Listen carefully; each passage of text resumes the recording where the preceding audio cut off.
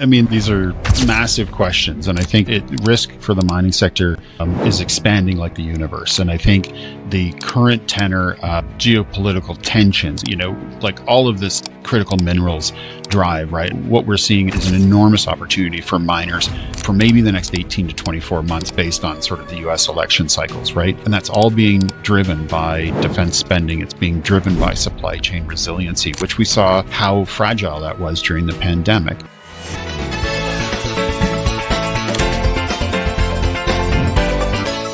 Hello, and thank you for joining us on another episode of Ore-atory. I have Steve Virtue with me again today, which we are super, super grateful that he's chosen to spend his time with us this afternoon and really go into round two. I'm calling it Breaking Down the State of Mining in 2025 and Beyond with Steve. So, without further ado, we're going to try to unpack sort of some of the core trends that happened this year, from M&A waves to critical mineral strategy, and explore what industry leaders need to know to lead through some serious uncertainty and complexity as we continue moving forward. So thank you so much again for joining us, Steve, and welcome. Lindsey, my great pleasure. Always a wonderful chatting with you. I'm so happy for your success with the podcast. So I appreciate you having me back. Well, as I mentioned, sort of behind the scenes with Steve, we did this earlier this year. So I would think by the time this airs, it will probably be January or very late December. I'm not sure which. So this should be sort of our last episode for the year, I'm forecasting. But we did one mid-year. And as I mentioned to Steve, it was sort of this turning point for us where you guys started tuning in. So I'm giving Steve all the credit. I'm happy to place credit where it's due. It is certainly not due on this side of the microphone. You do such a great job. You are so natural at this. And, I think there's a lot of people who could learn a lot about how to manage and navigate a podcast from you. So I appreciate you having me back. Thank you. Thank you, as I blush here. So thank you. Well, let's just sort of dive in, I think. And there's a lot to cover, obviously. But let's go big picture. Sort of if you have to sum things up, what does the state of mining in 2025 look like in sort of a sentence or two? And then we can kind of launch that into a whole array of topics. Sure. I mean, I'm not good at a sentence or two, as you'll remember, but I think from my standpoint, I think mining in a way that it never has before has managed to capture the imagination of governments, the markets, and the public. And I think some of the things that miners are facing, is that this geopolitical uncertainty hasn't slowed down, and in fact, I think has sped up. The lack of stability and certainty is, to me, as an observer, staggering. And that, we're also seeing geopolitical conflict, right? So, our armed conflict and things that have not quieted down the way that maybe we would have expected them to, in a little bit. And I think, when we looked at the Mining Americas Forum, I think Mining Forum Americas, that CEOs were talking about this sort of disciplined growth in gold, and that, mining companies sort of holding their cash a little bit. And I think when you look at the 100 largest mining companies in the world sold close to $1 trillion worth of mining, mining product, and that they were collectively valued at close to $2 trillion is pretty staggering. But you can't talk about 2025 unless you're talking about sort of all the M&A activity. And, I think what we saw was, close to $50 billion worth of M&A activity, whether it was Anglo and Teck, Gold Fields, whether it was, First Majestic or sort of the Equinox caliber deals. Like there's been so many of them, sometimes it's hard to keep up, and whether or not it's like sort of full acquisition, or specific assets, and watching, even a company here in Canada called Alamos, who sort of divested themselves of their assets in Turkey to really focus, on their Canadian kind of assets in Manitoba. But you know what? If you're not in gold or silver or copper, capital has still been pretty difficult to come by.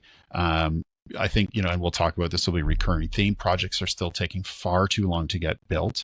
In a stakeholder context, trust is still a very, very valuable currency.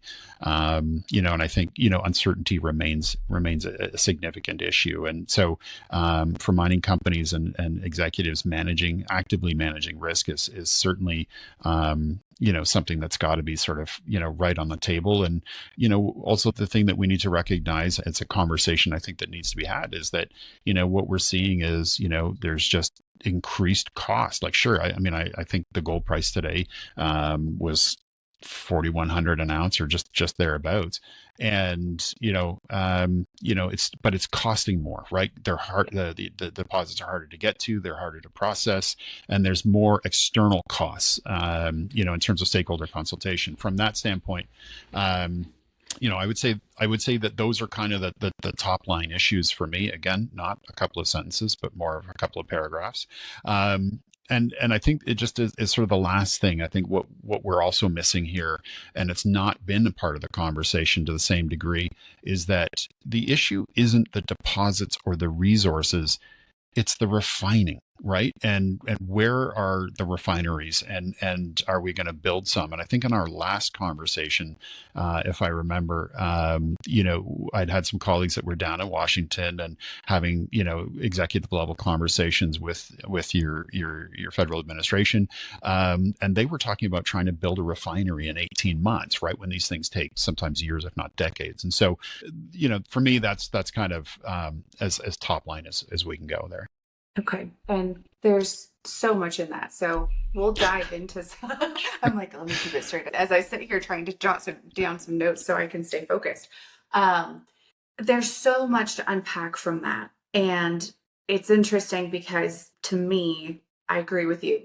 There was so much M&A that my head is still spinning, watching who owns what asset, where did they go, did they keep people, what's happening. And the question I get asked all the time is like, what's happening with talent in the market as a result of some of the M&A and all of the rest of this stuff. And we'll talk about that a little bit more. But there are all of this, regardless of M&A and the geopolitical stuff. You said risk. And to me, those are the three things that I have to deal with every single day: geopolitical scenarios, M&A, fallout, and how do we view all of this in terms of risk. And so you sort of nailed it, just added a lot more color to some of the things that my clients and I get to talk about all of the time. And as you said, we talked a lot about sort of like the refining portion of it. And I was joking because I talked to a relatively young individual the other day, and they are sort of in mining, but not sure what direction to push. And I said, listen, water or materials handling, processing, engineering, because I think that there's just so much room for growth in both of those areas in what we're doing. But let's go back to risk because there's just a lot that goes into that. And I think we're having to manage it in much more active ways. And I think that previously we looked at risk in terms of being, where's the project, and, some things that, the things that we can control and things that are out of our control. But I think if we're really going to drill into it, how we assess risk is changing. And I think you're really great at trying to figure out ways of talking about that and put it into a nicely wrapped package and how to manage it a little bit. So I'm going to push back to risk and say, sort of, how do we as an industry manage this in a more proactive fashion rather than reactive? I mean, these are like massive questions, and I think it risk for the mining sector is expanding like the universe. And I think the current tenor of sort of geopolitical tensions. I mean, like all of this critical minerals drive, right? I mean, what we're seeing is an enormous opportunity for miners for maybe the next 18 to 24 months based on sort of the US election cycles, right?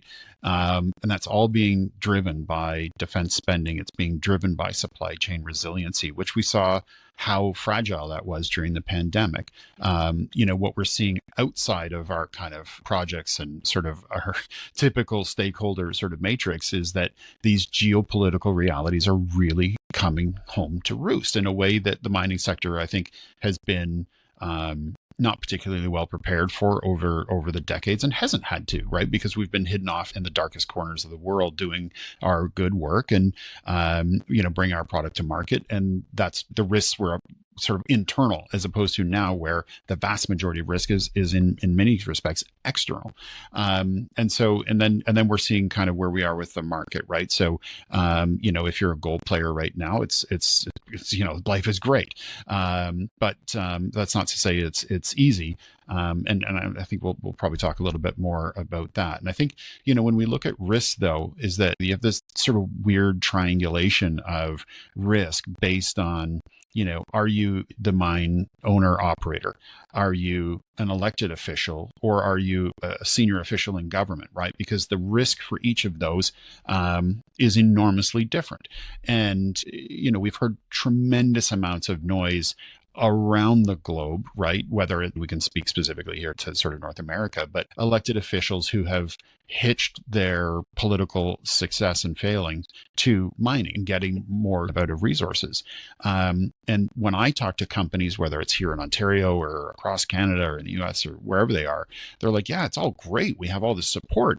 But the reality is that we are running into these bureaucratic obstacles that just don't make sense for us. And so, for me, that's a primary risk, right? When mining companies, whether collectively through associations or individually, aren't able to make a business case for regulatory change, and that's limiting projects because, and Lindsay, I think if I recall, the last podcast we talked about, and you, I think, had added that, the permitting sort of from discovery to construction on a copper project was like 27 years and getting worse.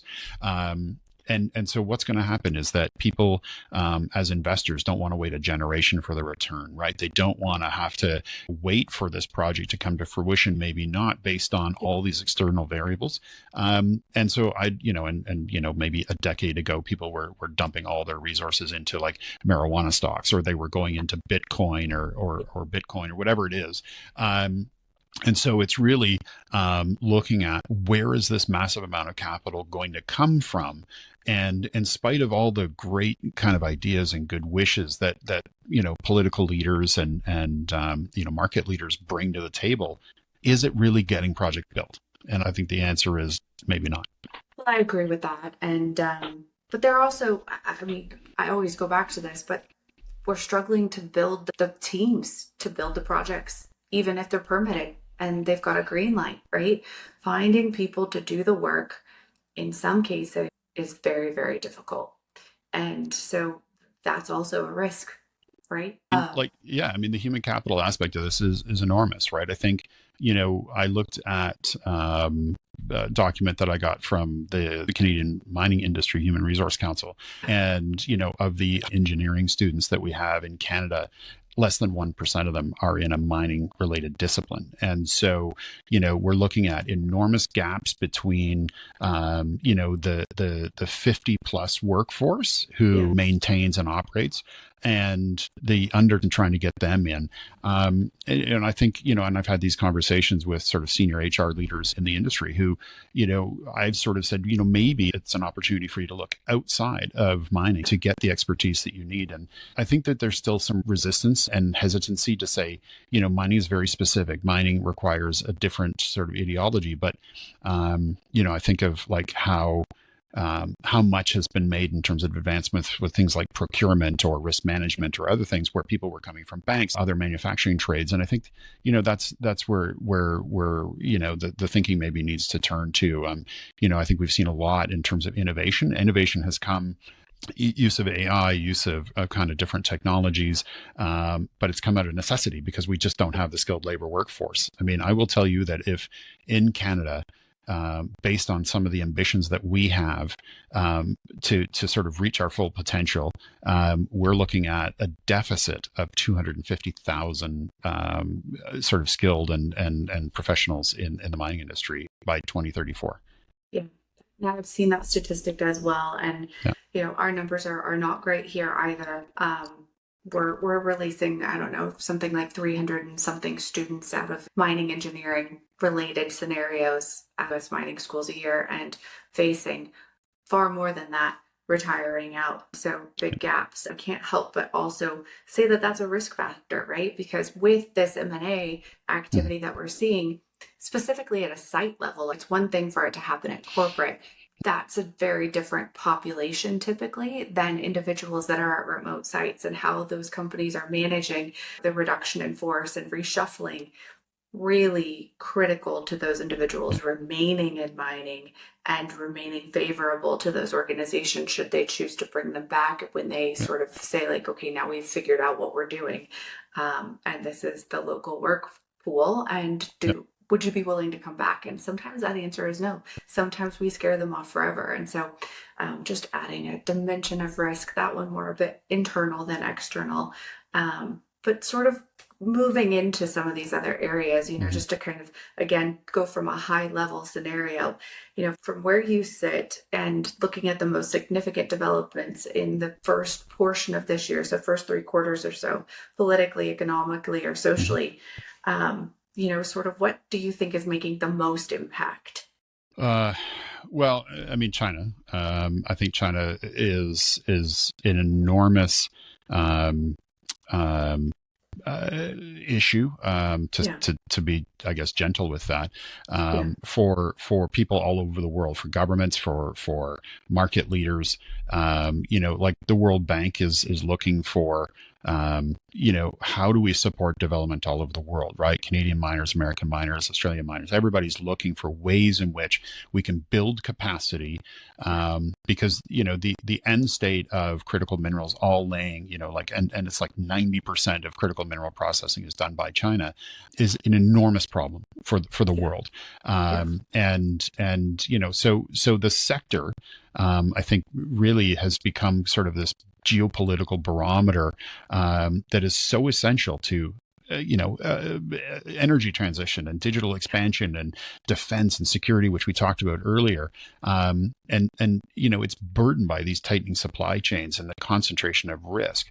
mhm, And so, when we were sort of talking just a moment ago about risk, right? And you think about, well, how can governments intervene? And I think, what we're seeing certainly in the United States and Canada, I would say less so in Canada, but, is that, we're looking for governments to take equity positions. We're yeah, looking for, offtake agreements, and looking for, some even stockpiling, I think, has started to occur, and I think the Canadian yeah, government has sort of quietly signaled that that's what they're going to undertake. But this yeah, this reality that, and I think it was, PwC who said recently something to the effect of, mining is transforming from an extractive business into a platform industry that's feeding every domain of human activity, whether it's energy production, food production, healthcare, construction, yeah, manufacturing, and it's put itself on the stage, in a way that it never has. And I'm not yeah. sure that, this public consciousness that we have around the value of mining has been higher, but I'm not sure how well we're managing the policy environment that surrounds that to make sure that we are actually keeping the industry going. Because I know, for certainly here in Canada, for a decade or more, it's really been pushed back into the sort of quiet recesses, zero kind of, political interest, and not a lot of support for it.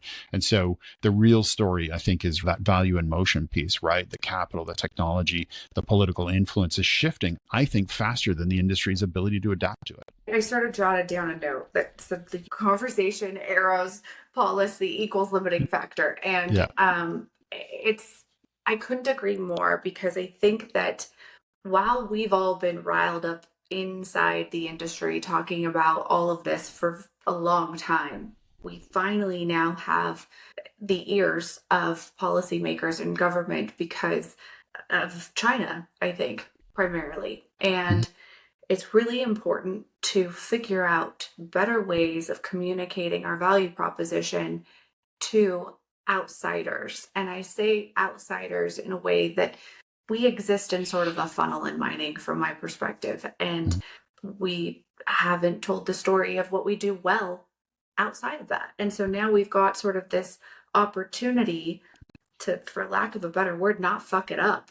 And I'm worried that we still aren't seizing that opportunity in all of the ways that we should be. Mhm. And I think there's a lot of fatigue from individuals who happen to be on conference circuits and otherwise going out and trying to do the work that they believe so much in, but still not getting the buy in necessarily from others in communities and in financial stakeholders Sure. and all of that. And so I think there's one thing to be influencing policy and to have the ears of government because they have to pay attention all of a sudden, but we need to be able to work with them. And I think we're all speaking a different language. And if we could figure out how to get someone like you that can kind of finesse this so that it makes sense to everybody, because that's what we need to do. And I don't know that we're there yet.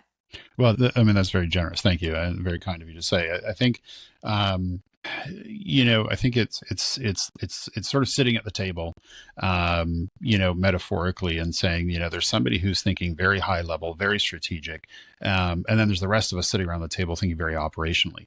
Yeah. And what we have is, the sort of the election cycle is not the same as the market cycle. The pressures that face the mining industry and the need to move quickly is not the same as what you see in federal and sort of subnational bureaucracies. And so being able to sort of convey this information in a way that makes sense is how governments and I think how mining companies can win. It's often sort of coined as sort of like this interpretation, right, between the Yeah. two, right, between these two stakeholder groups, where it is so fundamentally important that they really understand each other.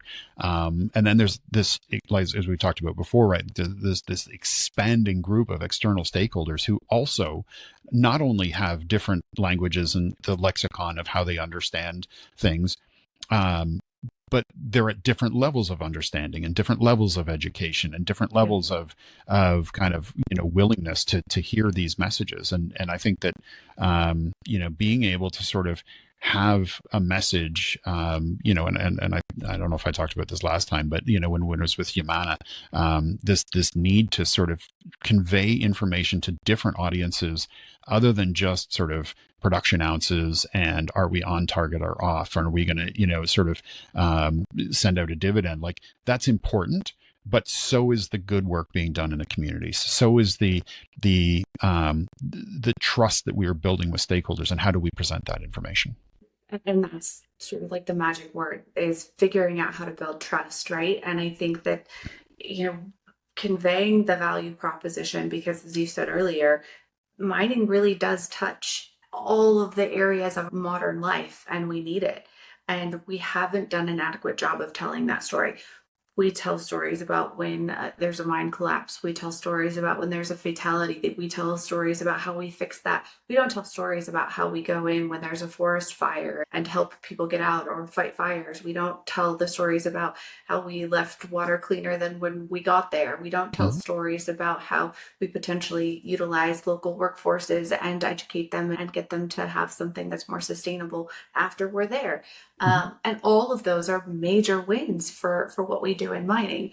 And I think that what I hear most of the people that I get to work with is that they really do have a sincere interest in doing it well Mhm. and not cutting corners and saying, we want to be able to do this. This is a part of our infrastructure of life and of mining. And we know how to do it better now, but we have to figure out how to convey that so that we can build the trust, so that we can get the investments, so that we can get the people, so that we can do all the things that are Yep. necessary. And so that trust side, I just can't underprice. And we all know that sitting here talking about it, but it means that we have to talk to other than ourselves about it too. Uh, Absolutely. And I think, what, like so many industries, our history is not our future. Yeah. And, our history has not been perfect. But, to your point, I think, some of the people that I've had the opportunity to work with in mining they are the smartest, kindest, most thoughtful people who Yep. just want to do good by the communities in which they operate. Because keeping in mind, most of these communities have zero other opportunity for economic development, social development, and these generational, once in a lifetime mines. They are where they are, and so being able to sort of build those trusting relationships is super critical. Yep. Um, One thing, I was talking to somebody earlier this week and I thought it was really interesting. And it's not on our list of questions or things that we were talking about. So this is like a Mhm. pop quiz time. So get ready, Oh Steve. boy. Oh gosh. I'm going to ask what you think of this. So I Okay. was talking to an individual who has been a professor and is doing some research studies. And I guess, long story short, as I understand it, which is probably really dumbing this down significantly, they are working to basically utilize blockchain and what's the other term with it's like the fungible tokens, Right. Yeah. F whatever's. Yeah. Um, so they're trying to use that in order to essentially say, this is what we have in the ground. We can trace this from, literally being at whatever mine in the world to like being out in the market. And so when it's sold, the mine or wherever it was produced gets the credit for it being there. And so kind of trying to bring some level of awareness to, from, getting bacon from a pig to having it on your table, from getting gold, copper, whatever, to having it be in Hmm. whatever product. And so they're trying to sort of trace it, one for transparency and Yep. two for sort of like, hey, this exists and this is how it works. And I think it's a really interesting concept, but he's been doing some work on this and so there's far more information than I can relay at this time. Sure. But do Yeah. you think something like that would be impactful enough for people in the broader marketplace to pay attention? Do you think that that matters, or do you think that like we have to be even more creative than that to get the ears of outsiders? So, I mean, I think there is a lot of work being done. I think the notion of the ethical supply chain, I think, Yeah, the Kimberly Diamond process, whatever that was 15 years ago, yeah, has all kind of contributed to this. And I think, what we're also seeing are, organizations like the Mining Association of Canada yeah, who have their programs called Towards Sustainable Mining. And it sets the bar at the highest sort of optimal peak, saying, look at standards all over the world. Let's set them all very, very high. And it's on a range of things, right? Not just production, right? It's yeah, stakeholder engagements, ESG reporting, it's all kinds of things. It is so robust. And national level governments, and Pierre Graton, who's the CEO, would probably be very quick to point out that I'm wrong. But I think the last count that I had was like 15 or 16 national level governments have adopted this as sort of their standard, and saying this is what we want to do. yeah, I was in Brazil when they sort of launched this partnership with TSM, and I think all of that is really, really important. Is to say, looking at whether it's tailing standards or whatever. And I know ICMM and others they're yeah, all kind of working together to build these things. I don't know from a public perception standpoint how materially valuable that is when there is an issue. yeah, When something like Samarco happens, or Brumadinho or Mount Poly here in yeah, British Columbia, um, because those types of things tend to last. And what we're not yeah, seeing is, how, I mean, because gold is obviously, with its sort of relationship to the jewelry industry, it's not seen as vital. But yeah, during the pandemic, we had, when I was with Yamana, that was in Quebec, and it was shut down because of, obviously the concerns around the yeah, spread of the virus. And I had the conversation with the provincial mining minister, and said, that the thing that makes the line in a COVID test turn color, like so that you can see whether or not you have COVID, is actually gold, or it's at least in part gold. yeah, And then it was like, oh well, we need more of these, and let's get the Canadian operation going again.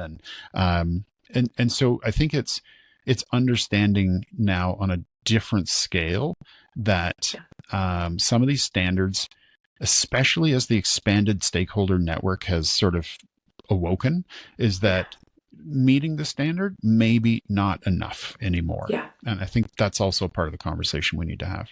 I agree with that. And it's interesting because I was in New York in May and we had a lot of conversations about sort of Mhm. like meeting those standards, but that they're different, right? So we may be seeing wide ranging adoption of TSM or whatever protocols, but like there is no global standard. And that I doubt will ever happen, but we need to really lean into that and do a little bit better, right? So like this should be sort of a baseline and then continue to move it forward. But kind of going back into some of what we're supposed to talk about, since I had a tangent moment. Um, Welcome to my world. I'm like, oh, squirrel, 100%. bird just flew by, whatever it Yeah. is. Yeah. But something that I think is making a lot of people talk is the gold price, Yeah. right? I remember thinking, oh my gosh, it's not going to get to 2000. And it did. But, joked with somebody the other day and said, listen, instead of saying how many years we've been in the industry, we should probably just say what the gold price was when we entered. And that will give people an indicator as to how long we've been doing this. Yeah. But, we're at $4,000. It's crazy. So what's impacting that? I mean, I think there's probably a lot smarter people than me that could answer what's driving the commodity price. Yeah. I think the geopolitical uncertainty has certainly been an enormous value add in terms of the gold price. And I think what we've seen again is sort of this rush for critical minerals and how vitally important that is. And gold has ridden that wave to kind of, I remember very, very clearly, I think in 2018, sort of standing with Peter Moroney, who was then executive chairman of Yamana Gold, saying, when gold gets to 2,000 or 2,500, I can't remember, and we just looked around like it was 1,500, really. And he said there is a case for $2,500 an ounce gold, and here we are at 4,100, right? And so all the anybody out trying to raise money, for gold is they're you can't get a hold of them, right? The cell phones are off. They're out, doing the good kind of work that needs to be done. But what we're also seeing is the reliance and the dependence on gold in the midst of crisis. And I think, outside of gold, maybe gold, silver, and copper, I think there was a bit of an uptick in nickel this week, but funds for specialty commodities like critical minerals have sort of been dropping, right? And I think what we saw is that there was like a 60% drop since August, and it was sort of a powerful tell, right, as to kind of where we're at. And I think with all the trade uncertainty, look at in where you are in the United States. I think what the Trump administration has tried to do in terms of getting their own house in order, if you will, and then also sort of bifurcating in the team and saying we also need to go external and create, whether it's Ukraine or I think this week they signed an agreement with Australia and others, looking at creating these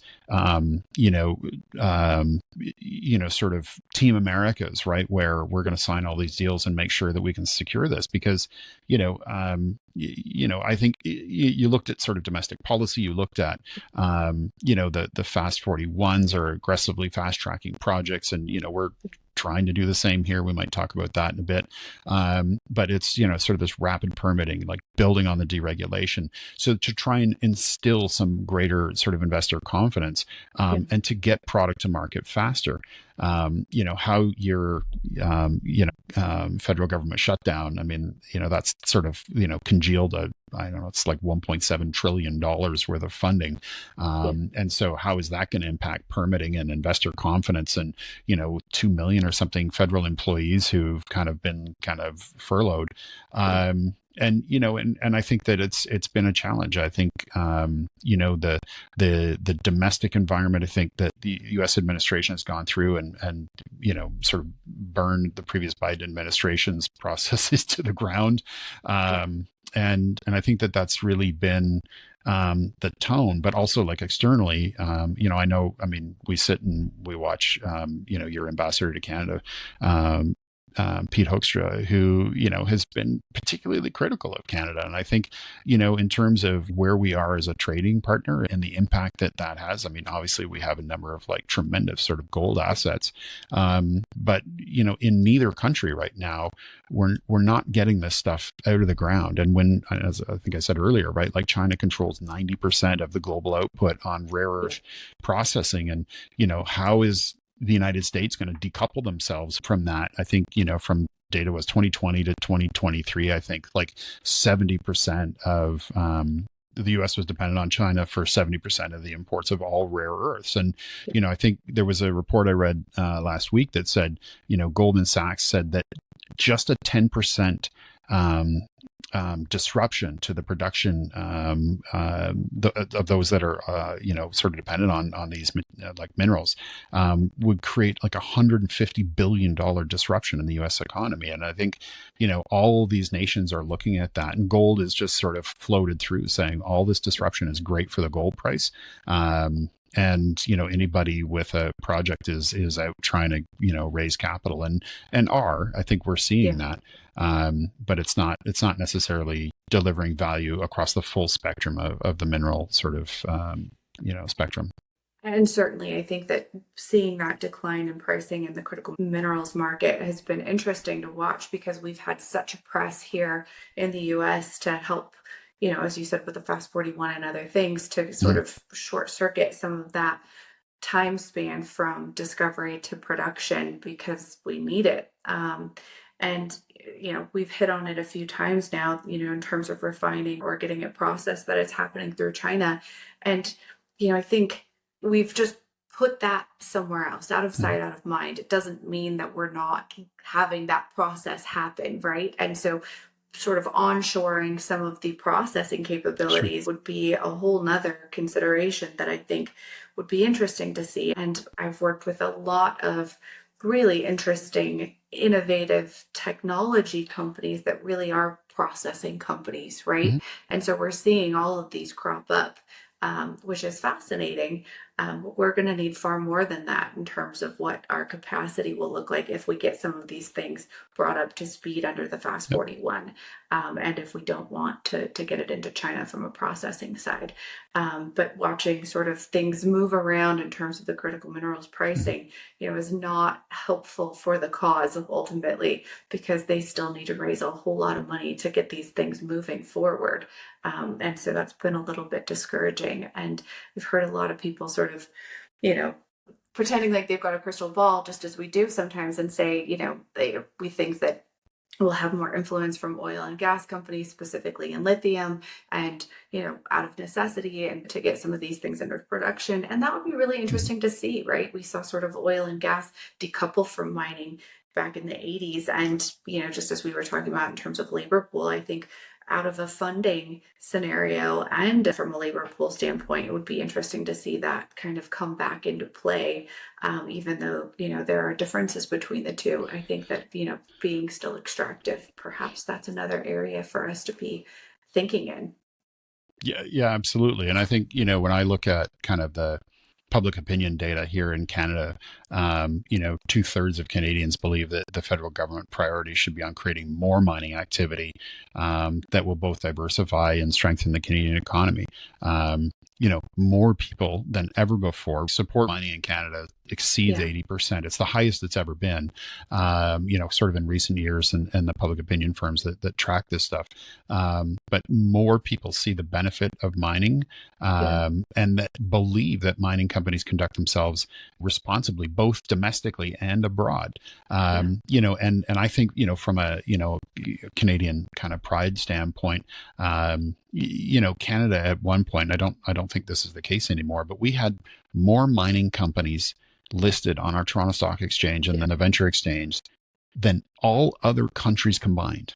And that, this has been really, really complicated by, a decade or more of underinvestment, both Canada and abroad. The erosion of mining leadership, and the sort of, the influences of technology, the new profile that ESG creates, and it's creating more costs, it's creating more profile, risk, and I think that, while the investment climate here in Canada is quite strong, obviously public support is quite strong, our history is rich, but our policy environment just doesn't line up with moving projects forward.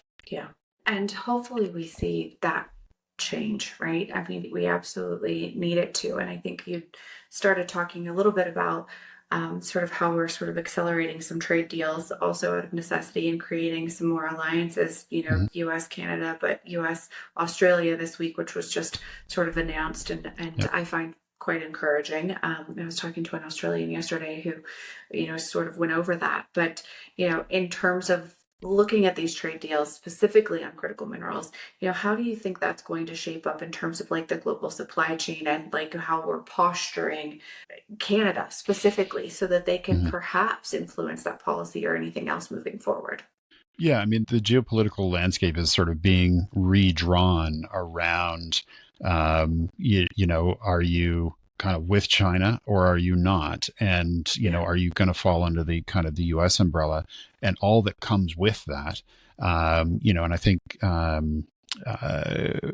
was it at COP25? I think they signed this sort of Sapporo 5 deal Mhm. with Canada, Australia, the US, Yep. France, and Japan, to look at like nuclear fuel security, for example. Canada has an enormous footprint of things like copper and nickel, uranium, that we have historically had very, very strong, kind of transborder kind of back and forth for processing. And, but given some of the tone and the attitude with the United States, I don't know how Canada is looking to sort of leverage that going forward. And I think, Yeah. we're in a different space. I mean, we are losing ground very, very quickly on our auto sector, which has been so critical to us, but pales in comparison to the scale of the mining industry.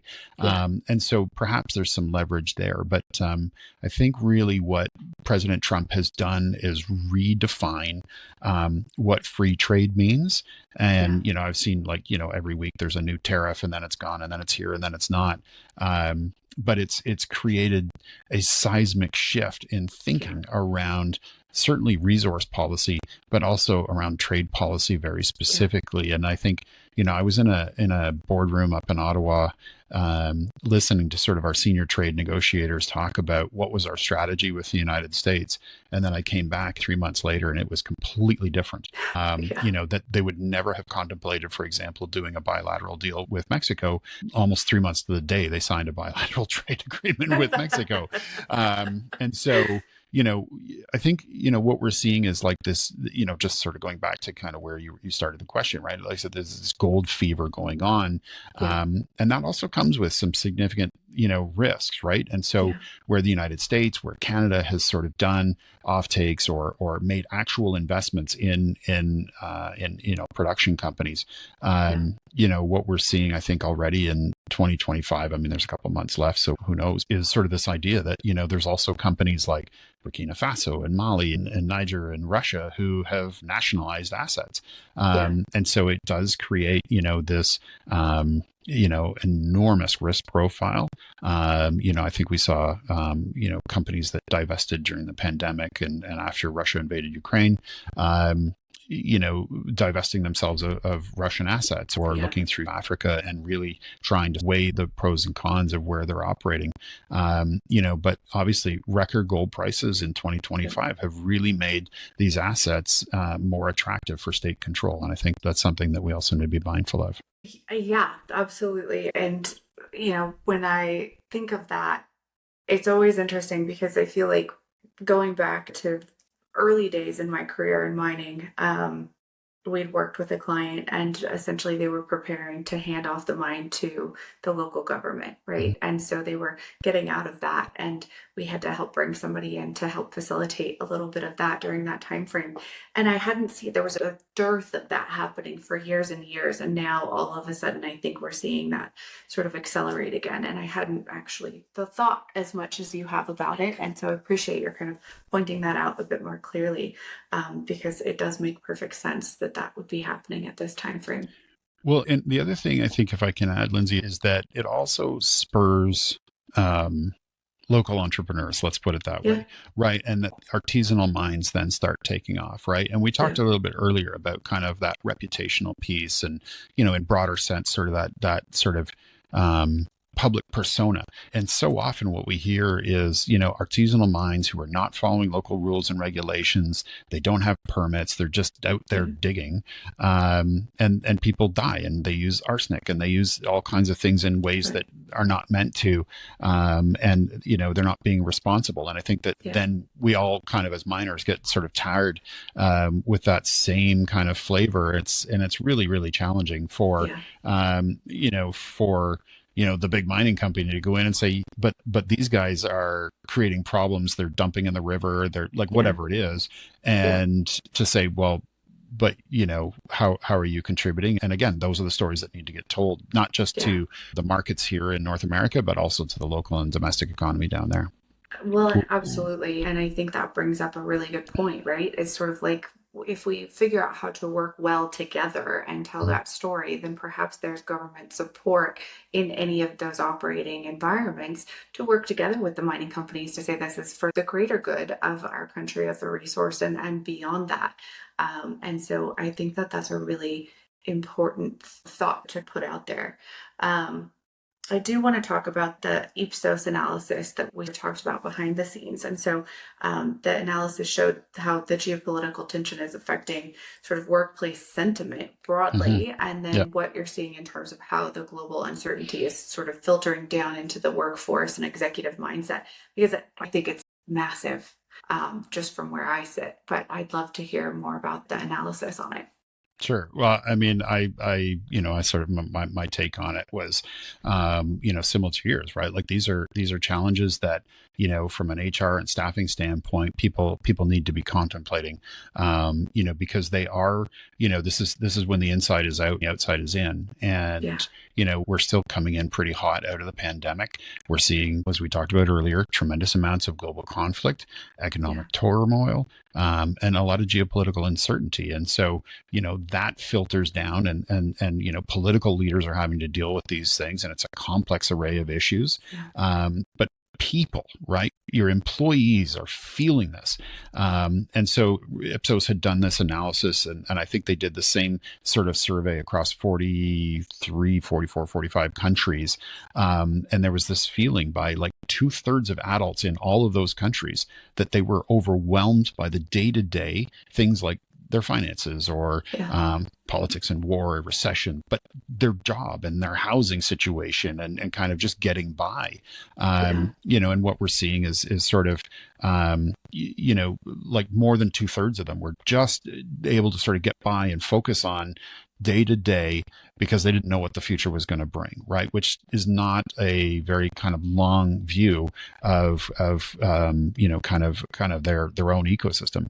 And that a lot of them, the vast majority, I think 83% was the number, that given the uncertainty, were holding money. So not putting the money back into the economy, which we can right, talk about in a second.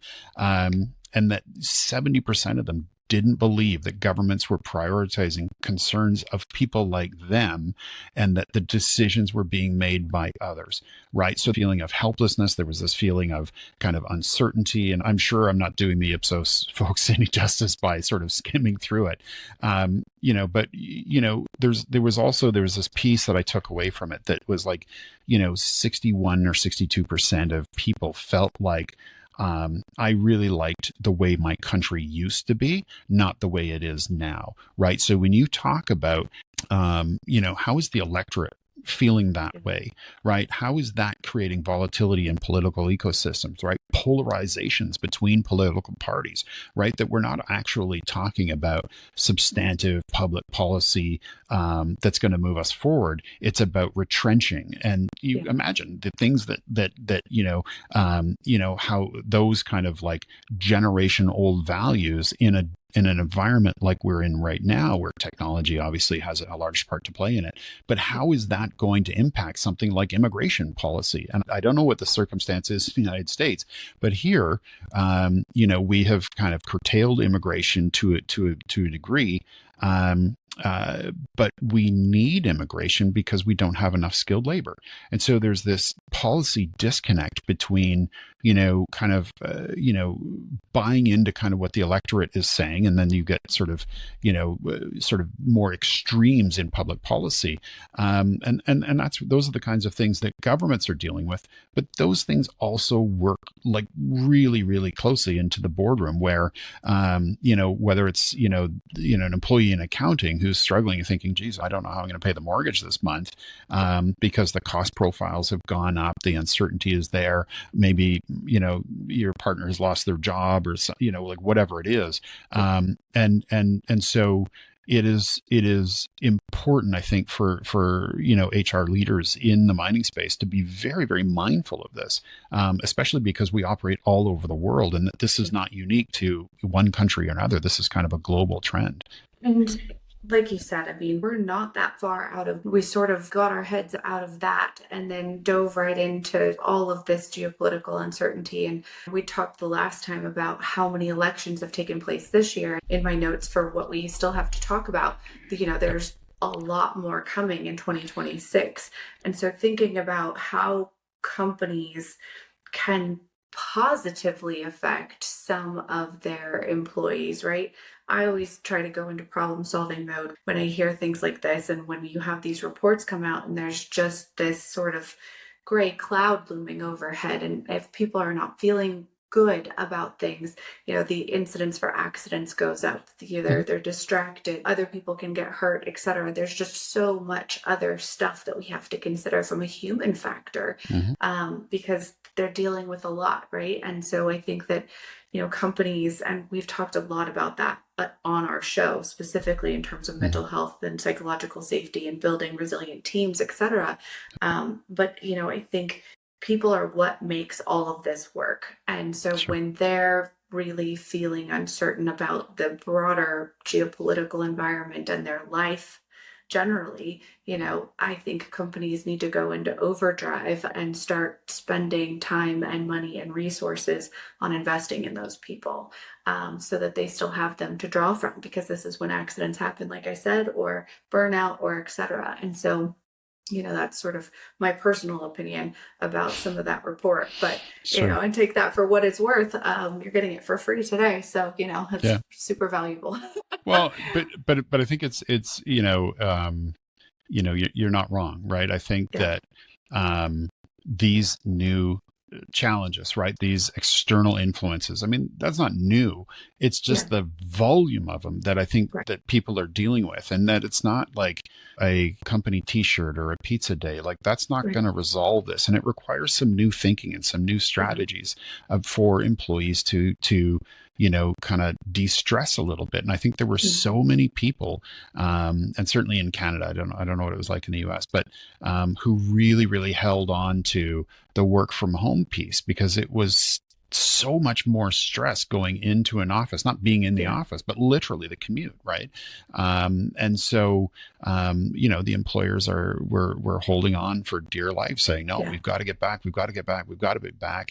And I, certainly in the mining industry, where you spend, half your life on an airplane and the other half of your life on a Zoom call, people are like, well, but why? If I can do it from anywhere, and I am, why are you kind of holding me to a different standard? And I think it's, it's different, obviously, when you're in a corporate head office. I mean, that's different than if you're actually, operating a jumbo or a haul truck or something on a site. But, like I think of, people, and you raised this point earlier, right? People that had exited because, things got a little bit lean in the mining industry and are just not willing to come back. And I was at a university, and there was a guy talking about, I'm not going to do it at all justice, but the ability to do remote operations, using kind of like video gaming technology and all the rest of it. And I said, well, that's really interesting. And I know that technology exists. But what my question was from my standpoint was, well, how far away could you, operate? And I'm thinking like, because you can do like telerobotic stuff from, line of sight. Yeah. And I was thinking, like, could you be on surface so you didn't have to go underground, because that has implications for ventilation and all the rest of it? And he's like, well, I mean, if you built in enough of a delay in the algorithm, I mean, you could do it from anywhere in the world. And so, instead of having call centers in India, maybe we're going to have mine operators in India. Yeah. And again, it's sort of like, where are we going with this kind of technological adaptation? Because Yeah. again, you go back to the Ipsos piece and talking about kind of what the implications might be for something like immigration, Yeah. because people really just are concerned about that. They like things to be the way they used to be, and unfortunately, that finger often points to immigration as a considerable Yeah. issue. But it's also sort of the economic times and that sort of thing of where they were a generation ago. But yeah, it's so much volatility. And I think, again, it's just imagining that, that as a CEO of a mining company, you don't have to have all the answers, but I think it's your willingness to pursue them is kind of what your employees are looking for. 100%. Right. And we've done it this way forever. And so we're going to continue to do it that way is Yeah. the major deterrent, right? Yeah. Especially as we look at individuals who have become more idealistic post COVID. And that's across all of our demographics, right? I think COVID said, hey, there's more to life than just commuting to work, going to work, and Mhm. commuting home from work. Yeah. And so we've seen a lot of changes from that. And I love that you brought up the gamification of being able to, one, I think it's a great way to learn and train individuals. But two, I think having remote operating centers is another scenario that is potentially viable depending on the organization and what they choose to adopt, right? I mean, everybody's going to have their own ideas and culture and whatever, but I think we can be creative. And I think the one thing that I've seen, at least in the US this year, is that we've had so much change. We have to figure out other ways to do all kinds of stuff. And so the ability to be innovative and creative and say, okay, we can still use these individuals. We may not be able to have them living in the US because of whatever visa situation or For sure. whatever, but perhaps we can utilize them in this way. And so getting creative around solutions or technology or how to Yeah. craft roles around people, I think that there's huge opportunity. And I think times like this where we have a real need Mhm. to figure out what to do in mining and some potential obstacles from policy, from, geopolitical standards and hazards and all the rest of the stuff that are going on, Sure. gives us that moment to reflect and potentially be as creative as we can to kind of solve our problems and move forward. So that's my rose-colored glasses for the day. Innovation and HR policy are a necessity, right? I mean, I Yeah. think the mining industry has shown tremendous resilience and Yeah. and a willingness to adapt to change. Yeah. And so I think this is just that next thing, right? How do Yeah. we kind of evolve in a way that makes sense for the industry, but also deals with the contemporary realities? We as a sector can't hold on to a boom time in the '90s and say, well, that's when it was great. We want to be there. Yeah. And I think, when it comes to, government policymakers as well, it's sort of, we need innovation in public policy as well. And so, yeah, it's going to take everybody kind of working together, everybody sitting at the same table, talking Yeah. about what their key challenges is and what their issues are, whether it's labor relations, whether it's mining policy directly or whatever it happens to be. Mining's got a moment, and I Yeah. think it's time to seize that. One of the last things that I want to touch on while I Yeah, have you still is sort of the widening stakeholder landscape. So sure. we've got more eyes on mining, but the media coverage is sort of shrinking. And so, how should companies be thinking about public trust and stakeholder engagement as they move forward, and sort of leveraging this moment when they might have potentially less, I guess, ears or eyes on them because of how the media is working? Yeah. Working. um, well, I mean, I mean, there's still, a fairly, certainly here in North America, I think, and internationally, there's still a fairly robust mining media. If you take another step back and say, there is a good sort of complex network, obviously, of kind of the investor relations community. That's, fundamentally, I would say, I mean, obviously there's been some contraction in the media, but, I think last time we were talking about sort of the broader media Yeah. and information deserts and how that's been created because, nobody's reading newspapers. People aren't reading magazines the same way. They're, people are listening to podcasts like this amazing one. And it's changed the dynamic considerably. And so it makes that existing sort of stakeholder landscape to maintain trust more challenging.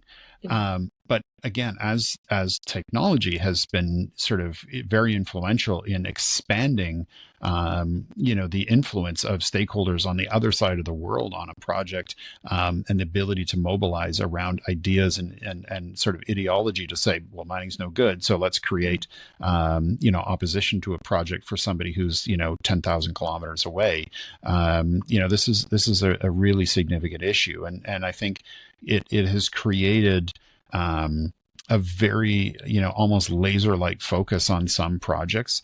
And, Yeah. as I said earlier, I think this notion of compliance with local regulations, sometimes it's not enough to win the hearts and minds of people on the ground.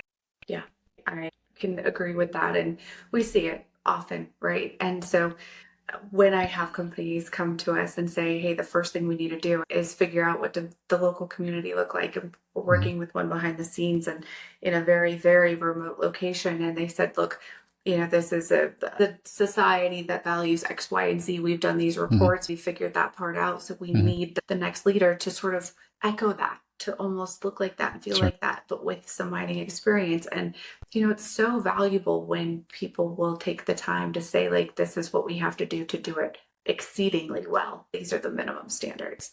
And the last thing, sorry, I just cut you off. The last thing I want to touch on, because we've alluded to it, we talked about the last time how many elections we've had this year. Right. And in my notes from you this time, we have 50 national elections coming in 2026. So, like, Yep. this geopolitical stuff isn't going anywhere. This change isn't going anywhere anytime Yep. soon. So, what, I guess, risks should mining leaders be anticipating? Will they look different than what they are now? And how do they sort of build resilience from your perspective? Yes, it's a great Question. question, right? It's a big question, right? I think if we took anything away from Ipsos data or anything that we've seen in terms of some of the external risks that we've talked about through the course of this episode, that's not going to get better. Yeah. That volatility, the instability, socially, economically, Yeah. geopolitically, I think there's an organization called Allianz who reported that there were 80,000 incidences of violence in sort of the top 20 countries. And so, there is this tension, socially, and oftentimes that can be directed at a mining project, which is really, not only not fair, but it's really unfortunate because it can really push, a mining company to the brink, because if they're not really prepared to deal with it. But I think we're looking at political upheaval, at a scale probably similar to where we were, right? I look at like Chile right now, where, the sort of, social left government is probably going to be unseated. This with 2 months left in the year, and anything can happen. But, is that it's these pendulum swings that, used to be, quite, manageable and digestible in sort of 8-year cycles, 10-year cycles, depending on the election cycle. And now it's like every 4 years that you've got to change. And so domestically, you're not actually making progress because you're not able to move things forward. And so, for all the consternation around, President Trump and his administration, I mean, he's dug in and he is really charging ahead. But even with him in sort of the next, by November, with the midterms, we'll kind of see. I mean, what is the appetite in the United States for that? I think that's a bellwether for the rest of the rest of the world. Um, and I think for mining companies, it's not different, right? I think we had this conversation the last time as well, right? It's being able to have these productive conversations with elected officials and bureaucrats and your stakeholders, keeping in touch with them and understanding what their needs are. It doesn't mean you have to solve them. It doesn't mean that you have the answers to them. But at least you're having those conversations. And so, I think, there's going to be a lot of activity, and maybe we should touch base again in the first quarter, and see where things have landed. But, I think, having real meaningful conversations with the people who are not only influential on your projects, but can influence your project, in ways that we haven't necessarily contemplated before, is mission critical. And thank you for mentioning that, because I think it shouldn't go without saying, but we get so focused on what how to raise money, how to drill holes, how to get something out of the ground, that we sort of lose sight of that. And so it's a nice reminder. With that, I will thank you for being here and invite you to come back any quarter, every quarter, and do the quarterly check-in with Steve. So, Yeah. I'm that, and just hoping that I get to continue asking you to join us. But, I think today, in summary, this is really important. I think mining is beyond just the resource. It's the relationships, the resilience, and reading into the political landscape with as much precision as Steve does, and sort of trying to figure out how we get out of our own way and progress this in a meaningful way so that we can continue doing the work that's necessary. So Yeah. thank you for being here. We will do it again. And those of you who are joining us, follow the show. I will link all of Steve's contact details and stuff to his LinkedIn at the very end of this. If you like us, you can review us. If not, then just don't listen. No, but we love Yep. ideas, anything that you'd love to hear about or learn about, or guests that you think we should bring on. So please do let me know. And thank you all for tuning in. We'll see you next time. Thanks so much. Steve.